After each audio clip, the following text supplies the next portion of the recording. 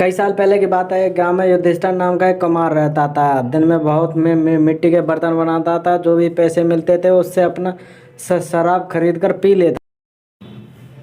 एक रात वह शराब के नशे में अपने अपने घर लौट रहा था। वहाँ इतने नशे में था कि ठीक से चला नहीं पा रहा था। अचानक उसका पैर लड़खड़ाया और ज़मीन पर गिर पड़ा। ज़मीन पर कांच के टुकड़े पड़े थे। ज़मीन में से जिसमें से एक टुकड़ा उसके माथे में घुस गया। उसके माथे से खून बहने लगा। उसके बाद कुम्हार किसी किसी तरह उठा और अपने घर की ओर तक चला गया। अगले दिन वह उसे उसे होश आया तो वह वैद्य के पास गया और पट्टी करवा कर दवाई ली। वैद्य ने कहा, घाव गहरा गहरा होने के कारण इसे भरने में समय लगेगा। पूरा भर जाने के बाद भी इस घाव का निशान नहीं जाएगा। इसके बाद कई दिनों बाद अचानक उसके गांव में सूखा सूखा पड़ गया। सभी लोग गांव छोड़ गए। कुम्हार ने भी गांव छोड़कर जाने का फैसला किया। दूसरे दिन की तरफ निकल गया। दूसरे देश की तरफ निकल गया। नए देश में जाकर वह राजा के दरबार में नौकरी मांगने गया। वह राजा ने अपने माथे पर चोट का निशान देखा। सोचा, यह जरूर कोई पराक्रमी योद्धा होगा। दुश्मन से लड़ते समय इसके माथे पर चोट लगी होगी। यह सोचकर राजा ने उसे अपने दरबार में एक खास जगह दे दी। उस पर विशेष ध्यान देने लगे। यह देखकर राजा के दरबार में मौजूद राजकुमार सेनापति और अन्य मंत्री उससे जलने लगे।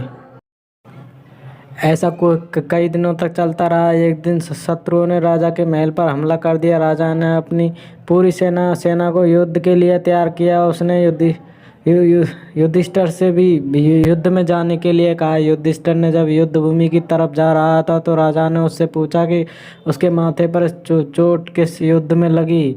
इस पर कुम्हार ने सोचा, अब राजा को भरोसा जीत चुका है। अब अगर राजा को सच बता देगा तो कोई समस्या नहीं होगी। यह सोचकर उसने राजा से कहा, राजन, मैं आपके योद्धा नहीं हूँ। मैं तो एक साधारण कुम्हार हूँ।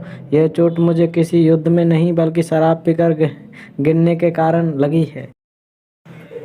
कुम्हार की यह बात सुनकर राजा को बहुत गुस्सा आया। उसने कहा, तुमने मेरा विश्वास तोड़ा है। मुझे छल कर दरबार में इतना ऊंचा पद पाया है। निकल जाओ मेरे राज से। कुम्हार ने राजा से बहुत मिन्नतें की। उसने कहा कि अगर उसे मौका मिले तो मैं युद्ध में राजा के लिए प्राण भी दे सकता हूँ। राजा ने कहा, तुम चाहे जितने भी वीर और पराक्रमी हो, लेकिन तुम शूरवीर के कुल से नहीं हो। तुम्हारी हालत शेरों के बीच रहने वाले गीदड़ की तरह है, जो हाथी से लड़ने की जगह उससे दूर भागने की बात करता है। मैं तुम्हें जाने दे रहा हूँ, लेकिन अगर राजकुमारों को तुम्हारा राज पता चल गया तो तुम्हें मार डालेंगे। इसलिए कहता हूँ कि अपनी जान बचाओ और भाग जाओ। कुम्हार ने राजा की बात मानी और तुरंत उस राज को छोड़कर चला गया।